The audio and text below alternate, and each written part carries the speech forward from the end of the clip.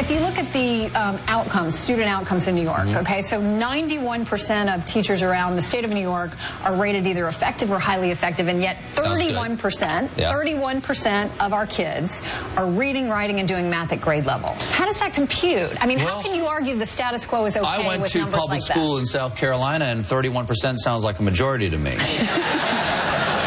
Why are we blaming the teachers? Maybe it's the dumb kids. You ever thought about that? Kids are rated effective. Maybe we cut the kids loose and put them back in the bobbin factories. Have you thought about that?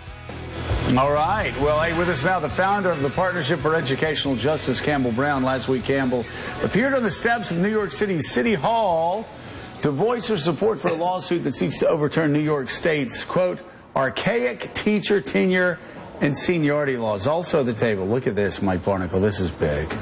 This is huge. We're going to need him at some point. Need him. I know. I already do. I will talk to you afterwards. Star trial lawyer David Boies, who will be the new chairman of the Partnership for Educational Justice. Today's New York Times reports about David in aligning himself with a cause that is bitterly opposed by teachers' unions. He's emblematic of an increasingly fractured relationship between the Democrats and the teachers' unions. Mr. Boies said he viewed the cause of tenure overhaul as, quote, pro-teacher. And, you know, Randy Weingarten, who we asked to be on the show, she can't be on today. She'll be on tomorrow, I think, or sometime later this week, told me personally that one of the low points for her in her position was turning on the show and seeing a bunch of liberals around me and all of them attacking what she's doing at the teachers' unions. This is no longer a Republican, Democrat, conservative, liberal issue. A lot of Democrats are just as concerned about our public system and what's been going on. Why did you decide to get involved in this hot-button issue? I think education may be the most important issue we have in this country. I think it's a basic civil right. 60 years ago, we stopped segregating our schools based on race. Right. We're now segregating our schools based on economics. We don't have effective education in this country, and we need it. Every parent, doesn't make any difference whether you're Republican or Democrat. Don't you consider this to be like one of the civil rights issues? A lot of people run around talking about civil rights issues, but making sure that an African-American kid or a Hispanic kid in the Bronx or Harlem has as good of an education or a shot at an education as, say, my kids or kids that are in Scarsdale, New York. Absolutely right. If they don't get a good education, they're lost. They're lost to this country. They're lost to their families.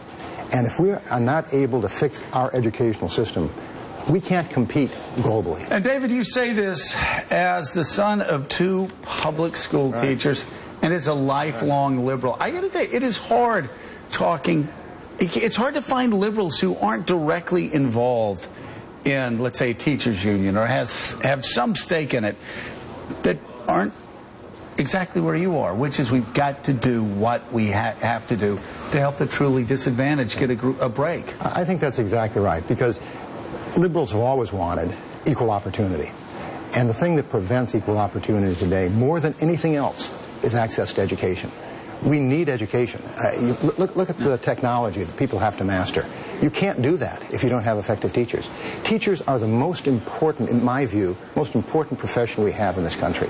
Because if you don't have good teachers, you don't have good doctors, you don't have good business people, you don't have any society unless you can educate your youth. And it's totally unfair that people don't get an quality education. And Mike, as Campbell said before, I mean, there are a lot of great public school teachers out there. There's some that aren't great, and they shouldn't be protected. The children should be protected. Well, I mean, I think that's part of the confusion about this issue.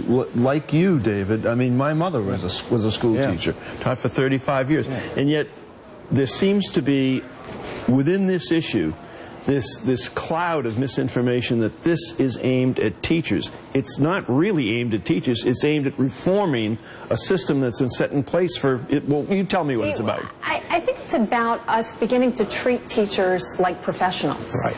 And to me, that means also paying teachers more. I mean, here in New York, a starting teacher salary is barely above $40,000 a year, which is hard to even live on. So we're by no means suggesting that tackling these laws or challenging the constitutionality of these laws is a silver bullet, is going to solve all the problems.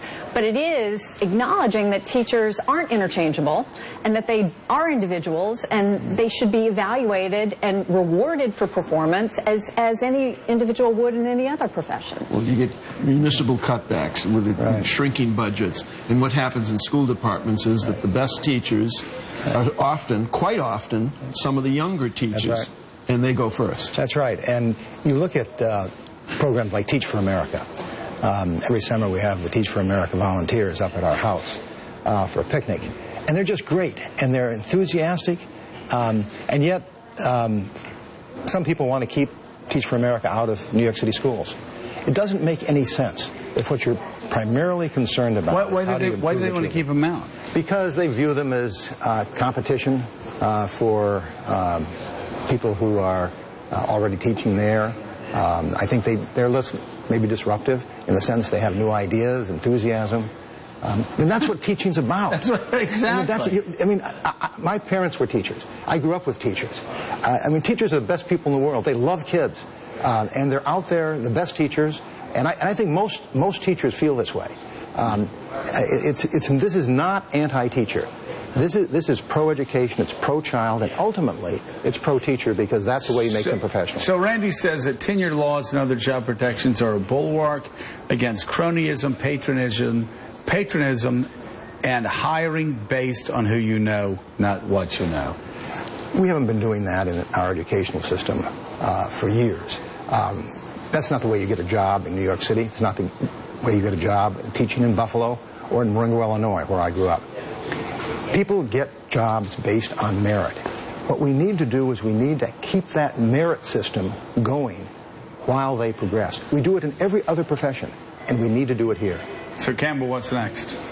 So we brought this case in New York that was inspired by one in California where the plaintiffs won. The judge ruled in their favor. And I think it's inspired a lot of parent groups around the country. And you're going to see additional lawsuits being brought in other states, too, because parents are seeing this as an opportunity to express themselves, to voice their frustration with the system that they think is failing them, and with legislatures that haven't moved to address these problems for years. And it's a way of them saying we're fed up, and if you're not going to deal with the problem, we're going to the courts. I'll tell you what, Campbell, so many people support this. Stay off Twitter.